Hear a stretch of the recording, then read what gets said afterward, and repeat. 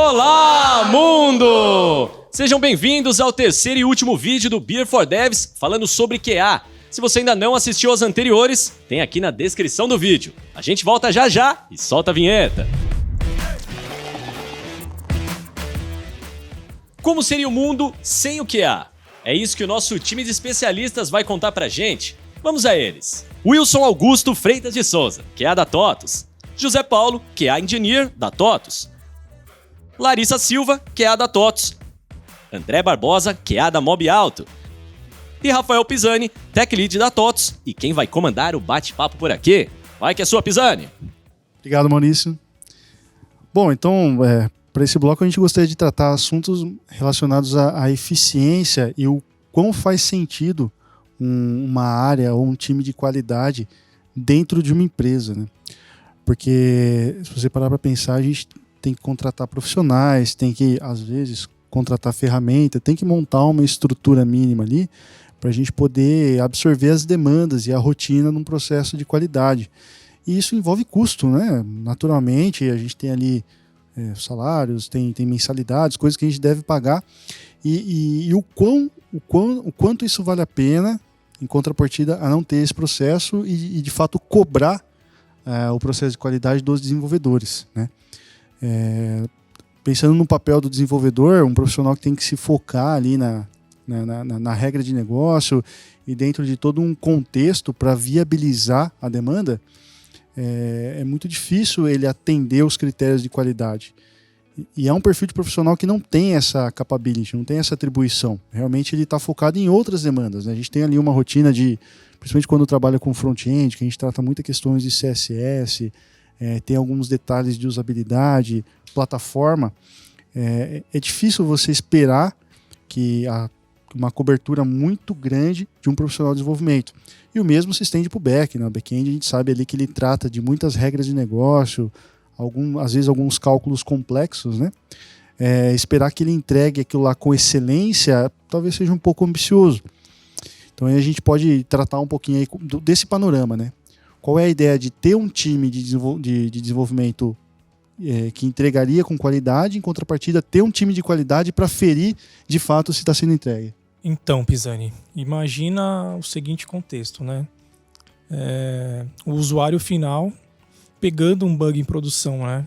Isso para a empresa tem um custo muito alto, porque o usuário que está acessando ali a aplicação pela primeira vez, se ele encontrar um bug logo de cara, ele vai perder a confiança sobre aquilo que ele está acessando. Ele não vai querer inserir os dados dele, fazer uma transação, pagar alguma coisa ali na plataforma. Ele simplesmente não vai nunca mais voltar, né, a visitar aquele app no celular, visitar aquela aplicação web em algum site, né? E também a fama, né, que o aplicativo fica, né, o web também, o site, porque a gente pode contar quantas vezes você já passou com um amigo, não usa esse aplicativo não, que ele é ruim, ou esse site que é ruim. E também acho que isso é muito importante pra gente. Aquele produto que a gente está entregando tem uma fama boa também. Você indica para seus colegas ou amigos, né, que aquele produto é bom. Isso é muito importante também. Justamente. Imagina, por exemplo, um bug que o usuário faz uma compra que deu, sei lá, R$50,52. E por um bug na operação ali, na lógica, ele está arredondando para 50 centavos, né? Então a empresa já teve uma perda de 2 centavos. Imagina se, sei lá, faz 10 milhões de transações, né? Então isso traz um prejuízo muito grande para a empresa, né? Que isso é um comportamento que especificamente o QA que vai pegar, né? Na hora de realizar seus testes, ele vai identificar esse problema.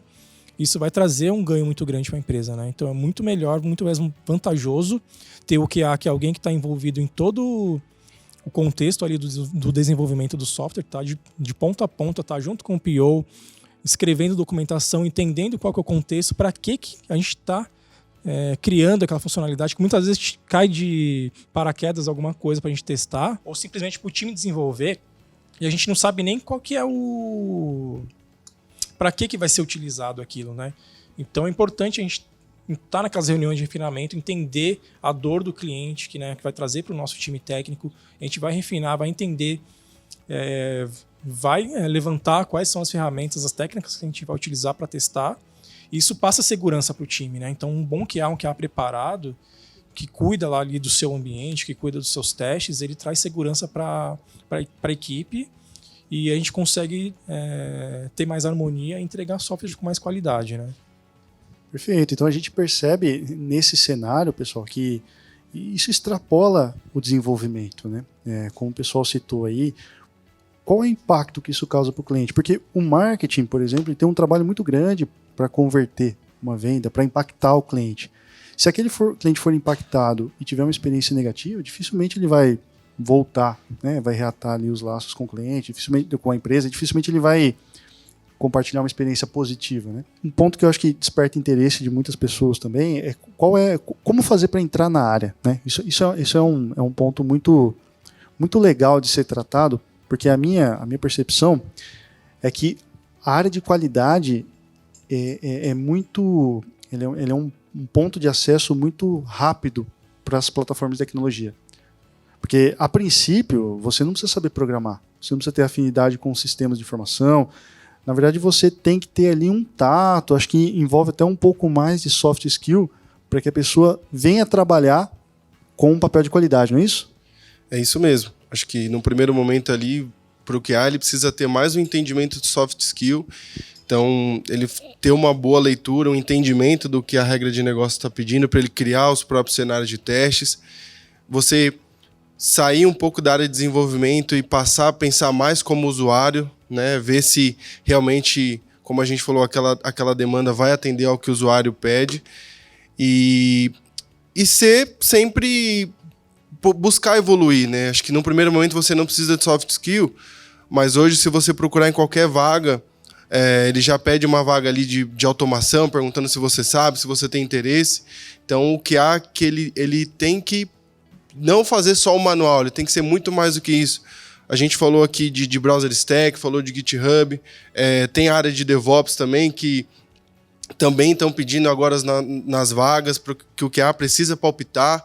Então, a qualidade ela não está só na parte de desenvolvimento, ela está em toda a área, na área de negócio, na área de arquitetura, na área de deploy, no pós-deploy. Então, o QA ele tem que ter um pouquinho de cada, e ao longo do tempo, o QA ele vai se identificando com algumas áreas. Então, eu gosto de fazer muito teste de API, então eu vou me especializar em teste de API, teste de performance, teste de usabilidade, acessibilidade, e testes manuais também, como eu posso fazer com que os meus testes manuais também melhorem. Não é porque eu faço automação que o meu teste manual ele morre, um complementa o outro. Então o QA ele tem que, ao longo do tempo, ele vai gostando daquilo como o próprio desenvolvedor, né?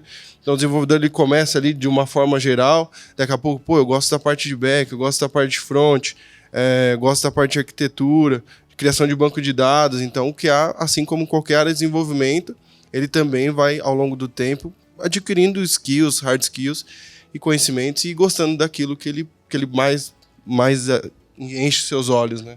A área de qualidade é muito boa porque te dá a oportunidade de passar por todos os papéis ali, né? Você tá meio que no meio de campo, mas você tem um bom relacionamento com o PO, você tem um relacionamento com o UX, com o próprio desenvolvedor, com o pessoal de operações para fazer os deploy em produção.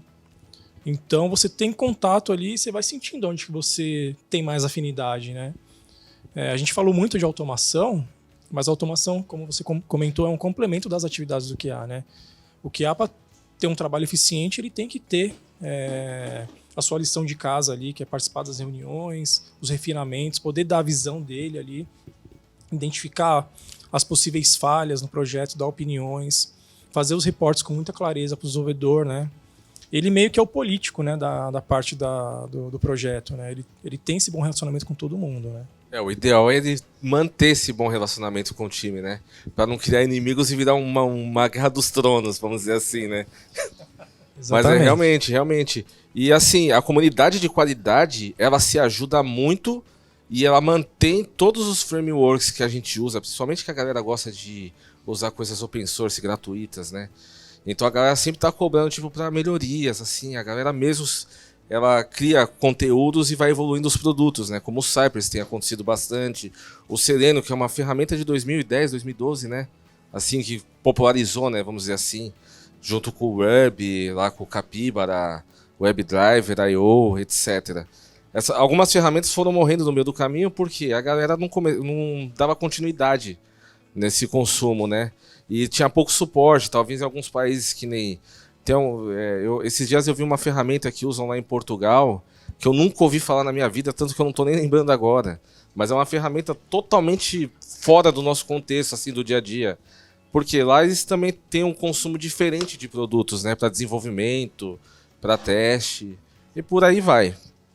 Acho que um bom exemplo disso, até desculpa te cortar, lá é o próprio Cypress, né? Para quem não sabe, o Cypress ele foi criado pelo time de desenvolvimento porque eles achavam o Selenium muito complicado. Então eles criaram o Cypress para auxiliar, para ajudar nos testes de unidade, e o QA falou, por que eu não posso usar algo mais simples também, né? Então utilizou o Cypress ali e essa criação desse mar de batalhas entre dev e QA, eu acho que perde para ambos os lados, né? Porque no final tá todo mundo querendo entregar ali a demanda para o cliente ser feliz, né? Então não pode ter esse conflito entre os times. E sinceramente eu vejo que essa guerra, né, de QA e dev é diminuindo, né? Pelo menos a minha equipe, né? Eu vejo que a gente tem um bom relacionamento, boa conversa. Então, por mim, eu acho que a gente está se entendendo e um ajuda o outro. Não está sendo mais guerra, mas uma parceria. E eu vejo que a gente vê o que importa, né? Que seria o entregável, terminar aquele projeto. Boa. E antecipando uma pergunta, que com certeza o pessoal vai estar ansioso aí para saber, precisa ser um programador para trabalhar com qualidade? No primeiro momento, não, né? Como a gente falou aqui, no primeiro momento você precisa mais soft skills, você procurar saber fazer um bom teste, criar bons cenários de teste, trazer experiências não só da área de desenvolvimento, mas também de áreas fora. A gente trabalha aqui com diversos tipos de aplicações, então, vou trabalhar no hospital, lá num software do hospital. Você tem algum parente seu que já trabalhou, ou até mesmo você já trabalhou ali no hospital, trazer essa vivência que você tinha é muito mais importante do que saber programar no primeiro momento. Mas é aquilo que a gente falou, que assim como toda área de desenvolvimento, a cada dia ela vai se evoluindo e o QA não pode parar. Porque o QA que morre no manual vai acabar morrendo como qualquer outra profissão. Outra profissão, né? Eu acho que todo o QA ele tem que sempre estar se reinventando, né? Nessa situação, por exemplo, que nem você falar do teste manual, alguns normalmente partem para a parte de requisitos, né? Começa a trabalhar com Scrum Master também. Tem diversas áreas também, mas esse não é o foco daqui que a gente está conversando, né? Mas assim, eu quero dizer assim que o QA é uma porta de entrada para você trabalhar com TI. Você pode se manter ali, você pode evoluir ali, você pode ir para outras áreas. Isso é uma área sem preconceitos, onde você pode chegar a qualquer caminho que você deseja. E também, vocês falaram de como ingressar na área, né? Eu vou falar por mim, né? A área de QA é uma área que tem poucas pessoas boas, poucas pessoas que têm experiência de mercado.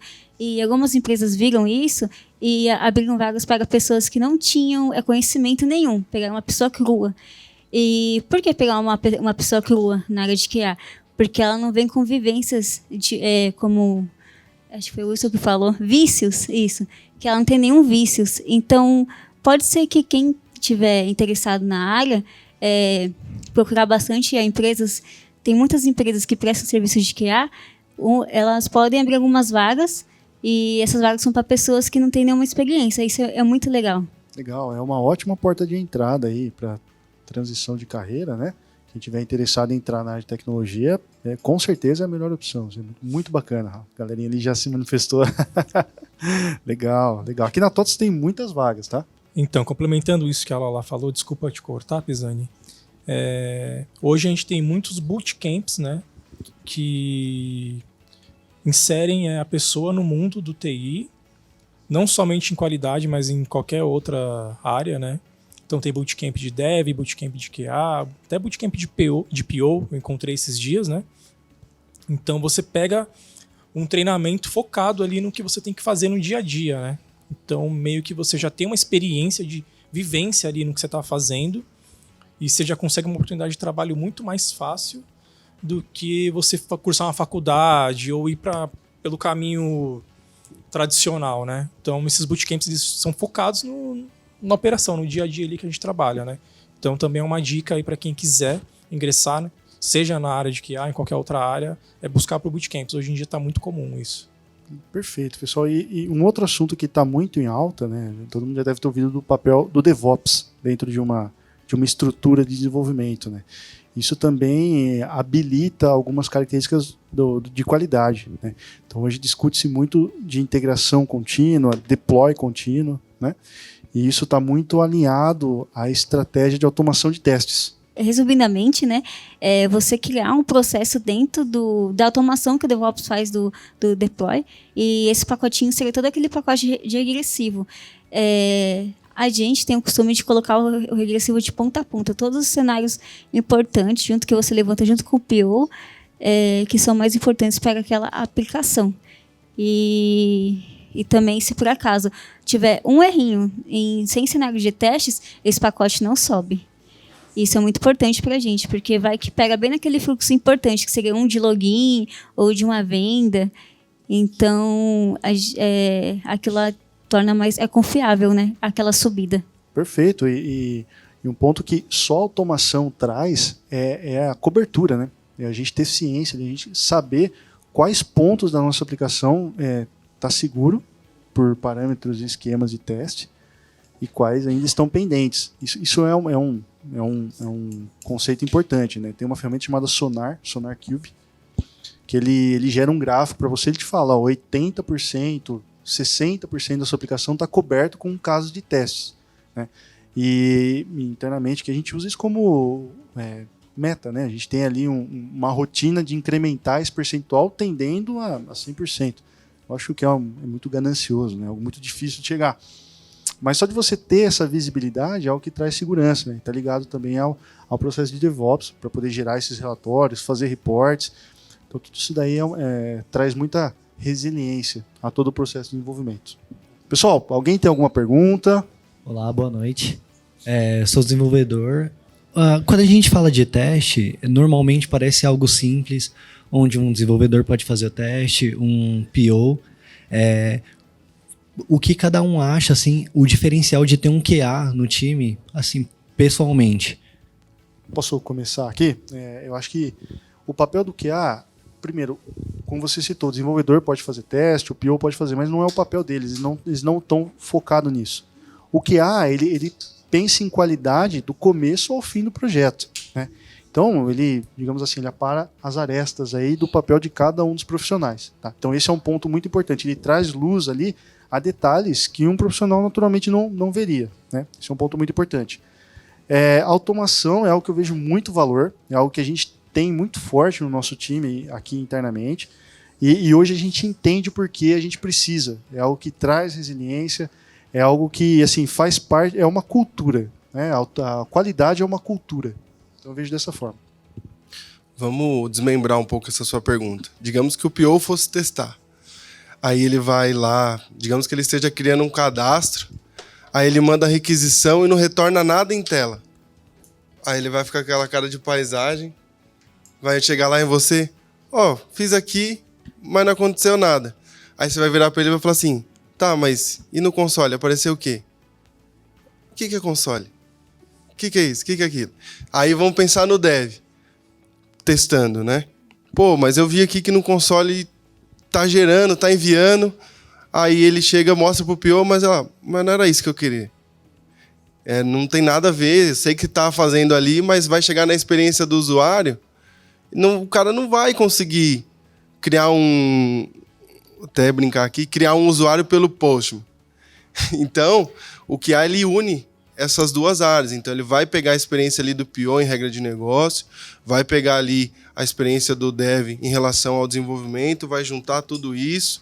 Então, a hora que for abrir o bug pro time de negócio, vai falar, isso não está conseguindo criar usuário por conta que está mandando um caractere inválido, por exemplo. Vai chegar lá no time de desenvolvimento, estou mandando um caractere inválido, o console está me retornando isso, está dando status 500. Então, o QA ele consegue juntar essas duas áreas. Pode parecer que é fácil, né, testar, tipo, qualquer um pode testar, né, mas a gente tem técnicas, né, e tem formas de se testar, né. Então tem as metodologias, os tipos de teste para cada cada cenário, né? Então isso é uma coisa que o QA desenvolve, né, durante a sua carreira. Isso não é qualquer pessoa que consegue fazer, né? Então precisa de estudo, porque senão você fica com um teste sem roteiro, que seria o famoso teste ad hoc. Então é um teste exploratório sem técnica, né?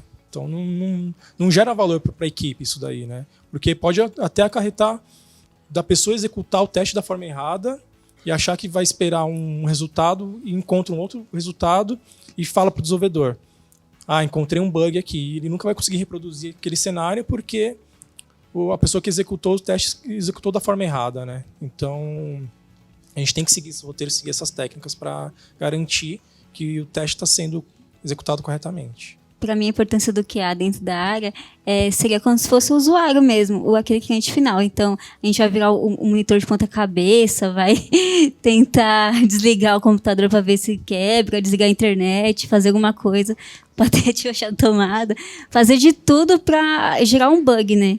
E às vezes o desenvolvedor e até o PO não tem aquela paciência de tentar vários cenários para ver se aquilo quebra, né? E o caminho feliz é a subida, né? Até o que ia ficar triste. Poxa, não peguei nenhum erro aqui, tem uma coisa de errado, né? O sistema não tá estranho. Então, acho que é isso. O papel para mim seria ter aquela experiência do usuário final, tentar o máximo possível fazer aquilo quebrar. Mas lógico que o final é que funciona tudo certinho, para a gente ter a dor que o usuário não tenha. E esse foi o nosso último vídeo do Beer for Devs. Se você gostou, deixa o seu like e coloca nos comentários quais outros temas vocês gostariam de ver por aqui. A gente vai ficando nessa, um bom happy hour a todos e até a próxima!